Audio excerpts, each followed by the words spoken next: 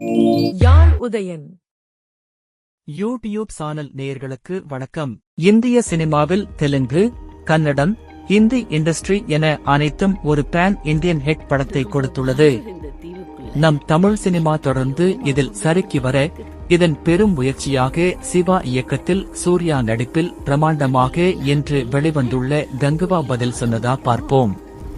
இரண்ட காலவரிசையில் நடக்கும் கதையில் நிகழ்காலத்தில் குற்றவாளிகளை ரகசியமாக போலீசுக்கு கண்டுபிடித்து தரும் பவுண்டி ஹண்டராக இருக்கிறார் பிரான்சிஸ் தியோடர், அதாவது சூர்யா.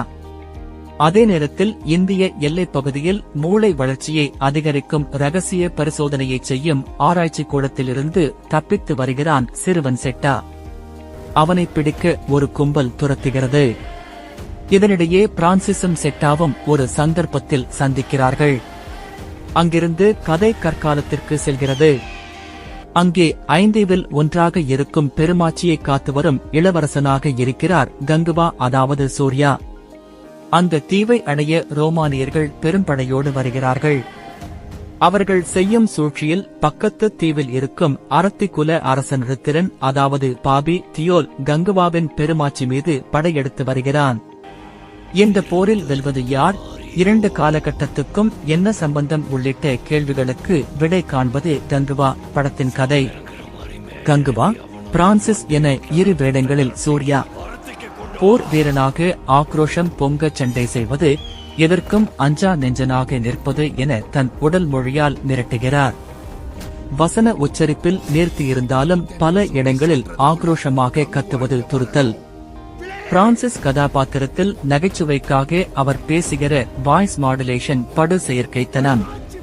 கூலாக நடிப்பதாக செய்யும் சேட்டைத்தனமும் ரசிக்கும்படியாக இல்லை.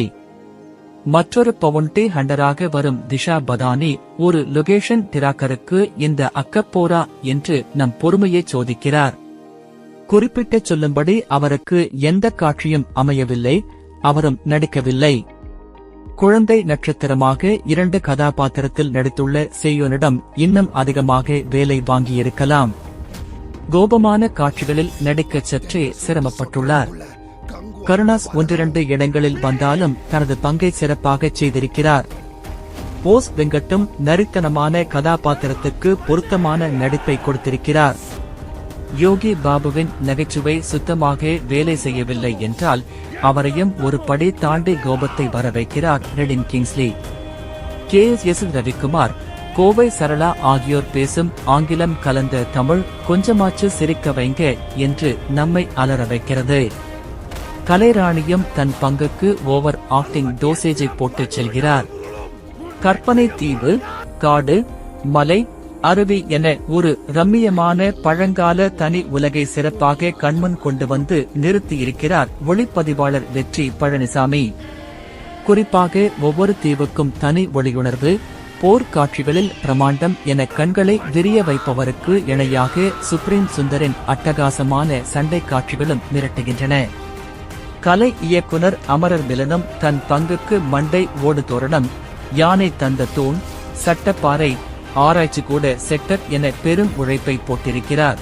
வரைகலை தலைவர் ஹரிஹர சுதன் யானை, பாம்பு வருகிற இடங்களில் செலுத்திய உழைப்பை, ஆகாய விமானத்தில் தொங்குகிற இடம், கிரீன் ஸ்கிரீன் பயன்படுத்தப்படும் சாதாரண கார் பயணம் முதலே வரும் காட்சிகள் ஆகியவற்றிலும் காட்டியிருக்கலாம். கங்குவா கங்குவா என ரிப்பீட் அடிக்கும் பின்னணி இசை ஒரு சில இடங்களில் வேலை செய்கிறது. பல இடங்களில் காட்சிக்கு எந்தவிதமான தாக்கமும் தராமல் நகர்கிறது. ஆதி நெருப்பே பாடல் பழைய அம்மன் பாடல்களை ஞாபகப்படுத்த, தலைவனே பாடல் தவிர மற்ற எந்த பாடலும் மனதில் நிற்கவில்லை. படம் தொடங்கியதுமே சயின்ஸ் பிக்சனாக மூளை வளர்ச்சி அதிகரிப்பு என்று ஆராய்ச்சி கூடமெல்லாம் காட்டி பில்டப்போடு நகர்கிறது.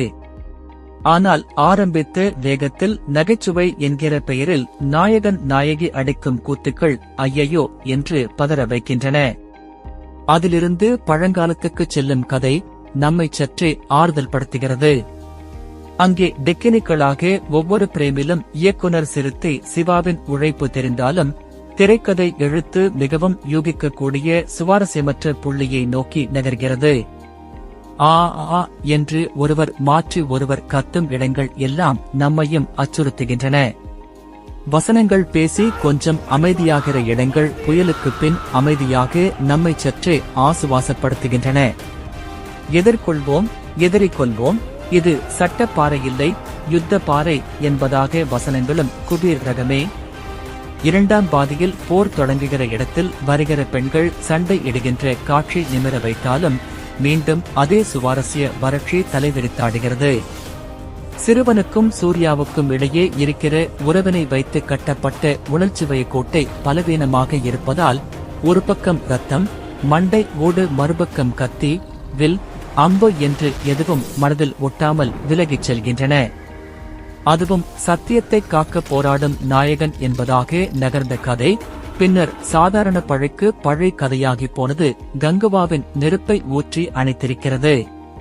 நிகழ்காலம் மற்றும் கடந்த காலம் இணைகிற புள்ளியும் இரண்டாம் பாகத்துக்காக வலிந்து திணிக்கப்பட்ட கிளைமாக்ஸ் காட்சியும் எந்தவித ஆச்சரியத்தையும் ஏற்படுத்தவில்லை. மொத்தத்தில் ஒரு புதிய அனுபவத்திற்கும் சூர்யாவின் கடின உழைப்பிற்கும் கங்குவாவை காணலாம்.